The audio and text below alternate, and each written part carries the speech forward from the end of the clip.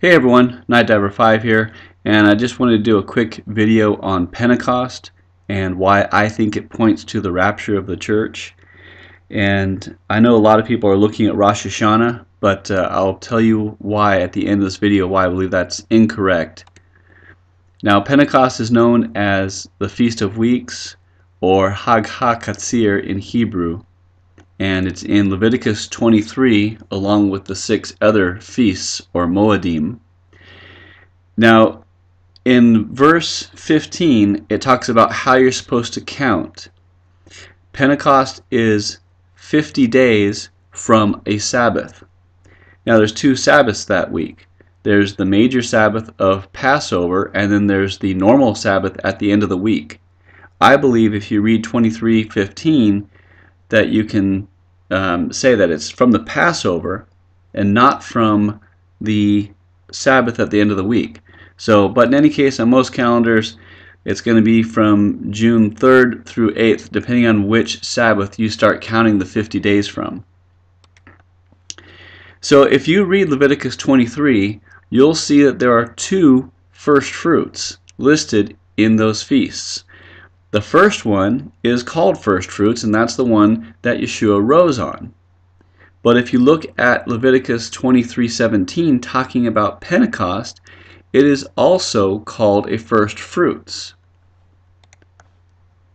Now the first fruits in the bread, they are not allowed to have leaven, so they have unleavened bread, which is symbolic of sinfulness. And of course, Yeshua rose on that first fruits that was associated with unleavened bread because he had no sin. But Leviticus 23:17, talking about Pentecost, gives specific instructions to use leavened bread. So the second first fruits is associated with leavened bread, or we could interpret that to be sinfulness. Now in 1 Corinthians 15:23, Paul writing says, "But every man in his own order, Christ the first fruits, afterward they that are Christ at his coming." That would tend to make us the second first fruits. If Christ is the first of the first fruits, then the rapture is going to be the second of the first fruits. So the question remains, is there going to be a resurrection on the second first fruits associated with sinfulness, which would obviously be us? Okay, so now I'm going to go into why I do not believe the rapture will happen on Rosh Hashanah or Yom Teruah. And there's several reasons. First, what is the symbology of Rosh Hashanah?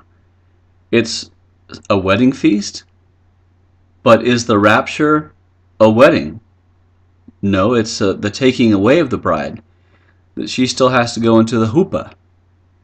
So I don't believe that Rosh Hashanah even points to the rapture. It points to a wedding. Second, you have a situation where we have Yeshua fulfilling the 3 spring feasts all in a row. If you have a rapture on Rosh Hashanah, and then you have the next 2 fall feasts fulfilled at his coming, you have the 7-year break in between the 3 fall feasts. That breaks the model that we're given with the spring feasts. Christ came into Jerusalem 4 days beforehand and fulfilled the 3 feasts right in a row. And I believe that's what's going to happen at the end when he actually physically returns. He will fulfill the 3 fall feasts all in a row.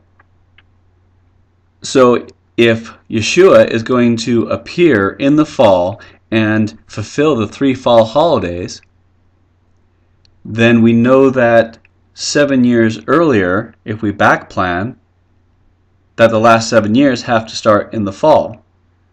And of course there could be there's the reference that if the days should not be shortened, which could throw that off. But with the information that we're given, it appears to me that the last 7 years begins in the fall and ends in the fall. Also, if you look at some of the other things, the way that prophecy is laid out, maybe not directly in the Bible, but if you use logic and you put out all the different elements into a logical timeline, the rapture cannot happen, as some people teach, the day before or the day of the last 7 years starting. There's at least 3 things that have to happen between the rapture and the beginning of the last 7 years. For one, the antichrist, who cannot be made known until after the rapture, he has to rise into power, however long that takes. He also has to demonstrate to the Jews that he's the Messiah. And we know from John 5:43 that they will believe him. And let me get off on kind of a tangent here, because I think this is also important. To me, this proves that the whole line of thinking by Walid Shoebat and people that follow him, that the Antichrist is not going to be Islamic. He doesn't have to fool anyone but the Jews. He's here to destroy the Jews. Muslims are already fooled. Hindus are fooled. All the false religions, half the Christians, quote unquote, are fooled.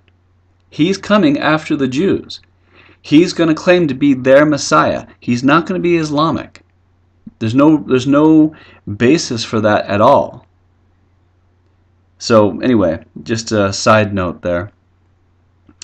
And then also, he has to lead Israel into that covenant that will actually kick off the last 7 years. So how much time is it going to take between the rapture and the Antichrist being in a position to lead Israel into that covenant? I don't know. It could be a matter of 3 months. The rapture is going to change things, I think, dramatically. If you have 100 million people, let's say, just disappear off the face of the earth, that's going to change the dynamics of the political. It could start the financial collapse. Who knows what it's going to do?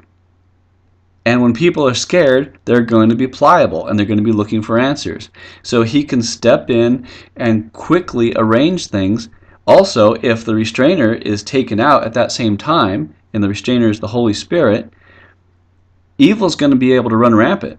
And he's going to be able to get things done that we can't perceive even right now. I mean, we can perceive them, but not how quickly they might happen. So those 3 things need to be done in between the rapture of the church and the start of the last 7 years. So you can't have the rapture on Rosh Hashanah and the last 7 years start the next day. It can't work that way. So that's my video for today. I hope it's useful.